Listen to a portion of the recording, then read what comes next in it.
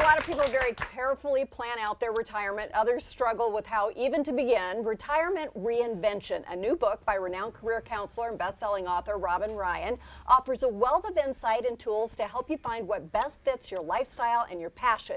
So here with more, please welcome Robin Ryan, along with Jeanette Melchior, a retirement client featured in the book, and two little dogs. I'm so excited about them.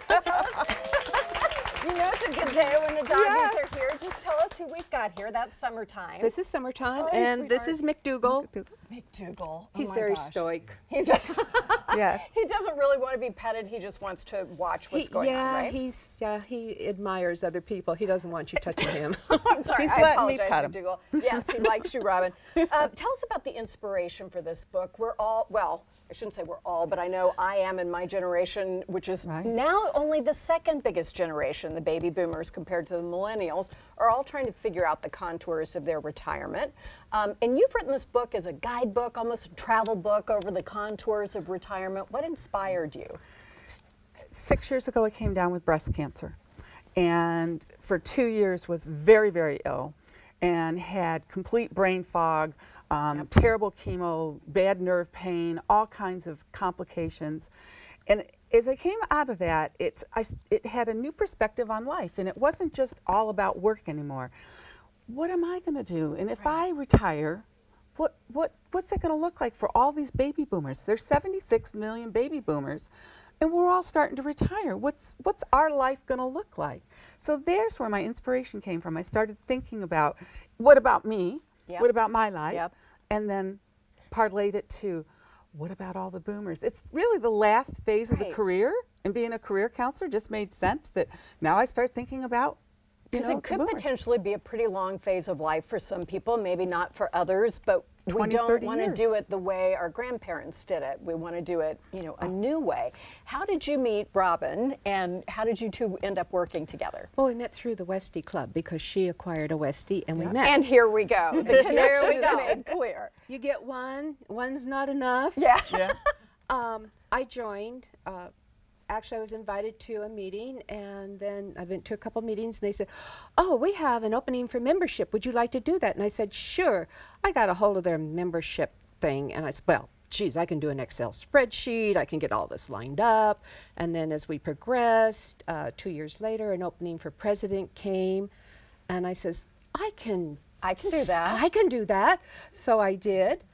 And after 9 years, I said, somebody else better do it. Be careful what you volunteer for, right? But you did something so important, which was seize the day, take the opportunity in front of you, and continue to use those skills that you've got, you know, that need not lay dormant. You can put them to good use. And that's, you know, in the club, I find out a lot of things about people. They love their dogs.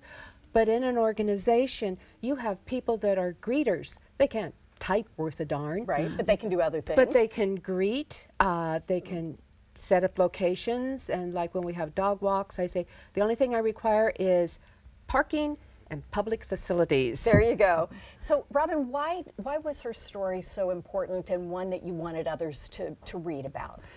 When you think about it and you retire, she's now in her 70s.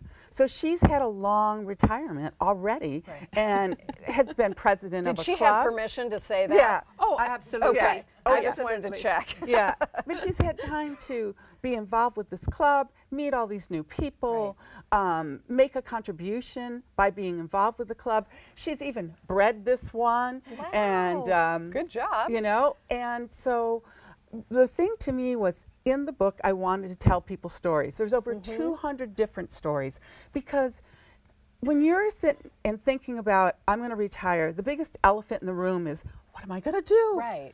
And listening to what other people have done, being able to read that and understand, oh, maybe I could do that. You know, she hadn't been president of a club before. She hadn't taken a dog and said, I'm going to take him to the ring like Westminster and try to get him to be a champion, you know.